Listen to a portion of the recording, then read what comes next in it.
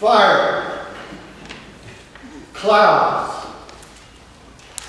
Signs of the times.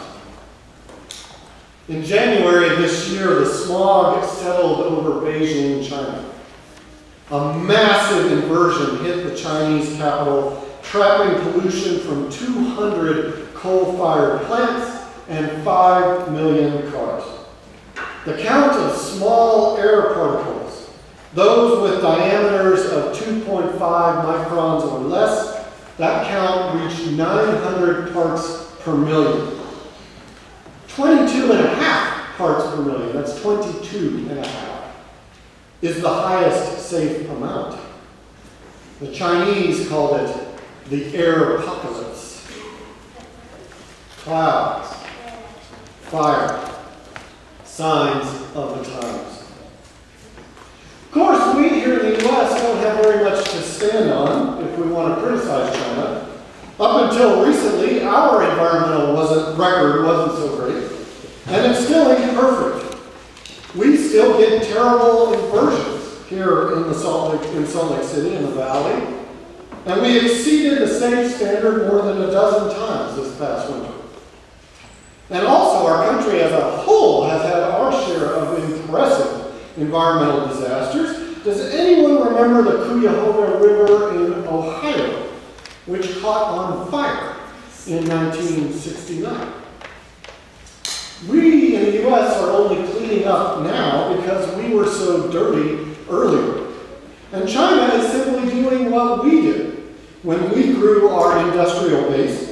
And the truth is, they are actually working faster and harder and in a lot of very innovative ways to try to clean things up. But in the meantime, we get clouds and fires, signs of the times. This week, actually, there were several occasions where there was an impressive fire cloud hanging over the Salt Lake Valley several times. We had bright orange moons that everybody was posting on Facebook and on Instagram, these wonderful kind of sunsets because of the fires to the west. We'll be praying for all the fires that are burning right now in the state. And to some degree, this is a bit of a natural cycle. There have always been fires in the west, but the numbers, intensities, and sizes of the fires are growing, even as we get better at trying to get fires to burn naturally. And that has to do with climate change. So sometimes it can feel like the wish that Jesus had to bring fire to the earth is coming all too true. Jesus today is not the comforting, let the little children come to me Jesus that we like to think of. Actually, today he's literally a fiery preacher. And he's not a prince of peace today, he's a prince of division. Do you think I have come to bring peace to the earth? No, I tell you, but rather division. So why so scared, Jesus? Why the fire and brimstone? We have enough problems. It's even hard to pick out what the biggest problems are, right? I mean, it's just, come on, why are you doing this to us? Although, to tell you the truth, if I had to pick the biggest problems facing our world today, global climate change would be in my top 3. And I've been spending time these weeks talking and focusing a bit more on the environment. I've been wearing this very green environmental chasuble with this lovely symbol of resurrection, the butterflies on it. And last Sunday, while we were camping, all those of us who were up there noticed all the pine trees that are dying from bark beetles that are no longer killed off because the winters aren't cold enough.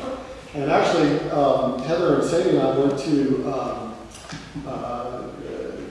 Cedar Breaks National Monument, and it was really bad up there. I would say only 1 in 10 trees was alive up in that area.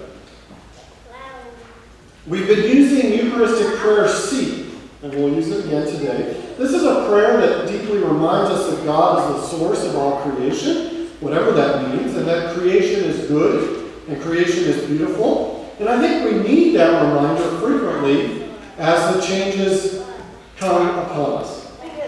We do need to pray for wisdom and strength and courage to do what we need to do to lessen our impacts, and to care for those who are going to be hurt most by environmental change. Jesus tells us that we see clouds, and we know that it will rain. We feel the wind, and we know there will be scorching heat. And the truth is, I actually think this is very true. I actually think we can read the signs of the times. Everybody in here can read the signs of the times. Our problem, and maybe this is what Jesus was criticizing the most, is we sit and we don't know what to do about it. And it can really seem like we can't do much. Sometimes the causes, the things that are causing these environmental changes, are out of our control. I began by talking about China. As it turns out, China is on pace to account for a third of the world's greenhouse gas emissions in the next few years. That's up from 10% in 1990. So we can replace all our light bulbs with compact fluorescents, which we have done. We can take public transit everywhere. We can keep our thermostat set at 80 degrees in the summer and 60 degrees in the winter, and still individually not make much of a dent in global climate emissions because of all that industry is doing. The problem is so huge, so intractable, and we are so caught up in it. We actually love to buy those inexpensive Chinese goods that they're producing with all that coal. And the truth is, those goods and the fact that they're less expensive than they used to be does make life a lot easier on a lot of people, and it raises the standard of living of a lot of people. So it's this kind of difficult, intractable problem. You can feel like you're caught in this mesh, in this net, and there's nothing you can do about it. It seems unsolvable by ordinary humans like us. Clouds and fire and signs of the times, and what do we do about it? And this is why I think Jesus is so strident, so forceful in our readings today. He and his disciples may not have faced global climate change, but they understood global challenges. The Roman state was spreading war and totalitarianism over the whole world. The poor were getting squeezed off their lands. Famine was a constant problem. Things seemed unfixable by ordinary humans. And Jesus was preaching to ordinary humans, just like us. And he wanted to move us, move them, move us, incite us to extraordinary things. His work had begun. He was called, and it is still ongoing. It's irresistible. And that's what gives us strength. Strength to do ordinary, extraordinary things. So it's worth taking a close look at the divisions Jesus said he would bring. That's kind of one of the tough parts in this passage. Father against son, son against father, mother against daughter, daughter against mother, mother-in-law against daughter-in-law. In the small communities of Jesus' day, these actually were the most basic power relations. We tend to see families as fairly egalitarian, but they were not seen that way back then. These were the base and the locus of power relations, and the Roman state built upon it. It became the grand pater, father to everybody. So fathers at this time ruled their sons, and mothers ruled their daughters, and in households that were often large extended families, mothers-in-law defiantly ruled their daughters-in-law. And to some degree, it was the only way that some of these people would ever have any power. And so what Jesus is actually talking about is not like being nasty to your mom, are you all listening to me out there, kids, or to your dad, or to your daughter-in-law, or to your mother-in-law. That's not really what he's saying. He's saying he's here to break power relationships, to end brute power as a way of running things, to bring in a new reign. A reign of harmony, where instead of powerful people seeking their own interests, we all seek the common interest. And so Jesus tells us to live as if resurrection resurrection has won. Live as though death is not inevitable. That's what we're supposed to do. Live as though death is not inevitable. Live as though life were winning. Because Christ defeated death. And a life of love and harmony is available to all of us. So what exactly do we do, Father Seton, in a world where the poison clouds keep building and the winds get hotter and hotter and it seems like we can't make any difference? Well, I say we resist. We resist. We make the choices we can make. We do what we can. If we can afford to replace those old incandescent light bulbs with CFLs or LEDs, or if we can even just afford to do one, we do. Each compact fluorescent bulb over the course of a year saves a pile of coal about this tall. Okay? That's something. If each household in America replaced one bulb, just one bulb in each house, with a compact fluorescent, we would save enough energy to power 3 million homes. 3 million. If we can drive less, even by a few miles a week, we do. If we can buy local, things that are local and not brought in from long distances using trucks and boats from thousands of miles away, we do.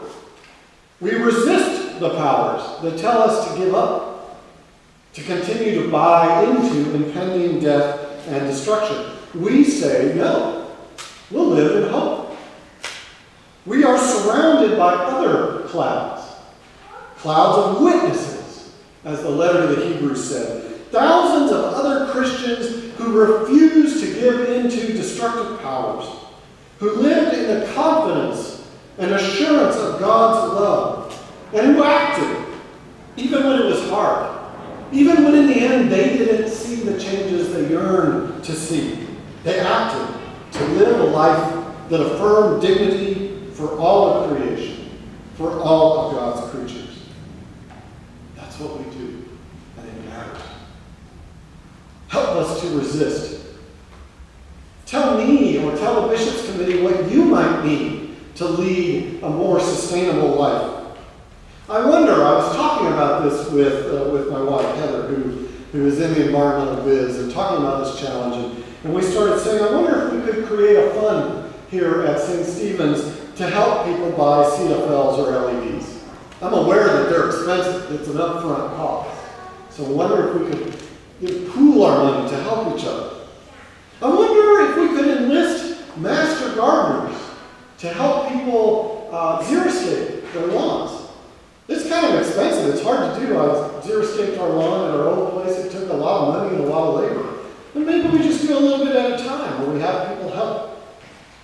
How can we cut down our water use? How can we help grow our own food? What can we do, not just as individuals, but as a community, to show the world that each of us will resist the powers of death and destruction that want to keep making money the easy way, despite the destruction to the earth.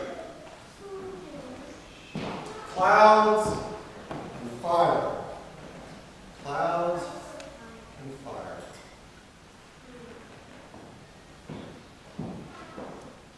Clouds and fire can also be an offering. An offering. We can offer to God our resistance to death, and our prayers will rise like incense. They rise when a new world is being created. Let us be the force that brings the new world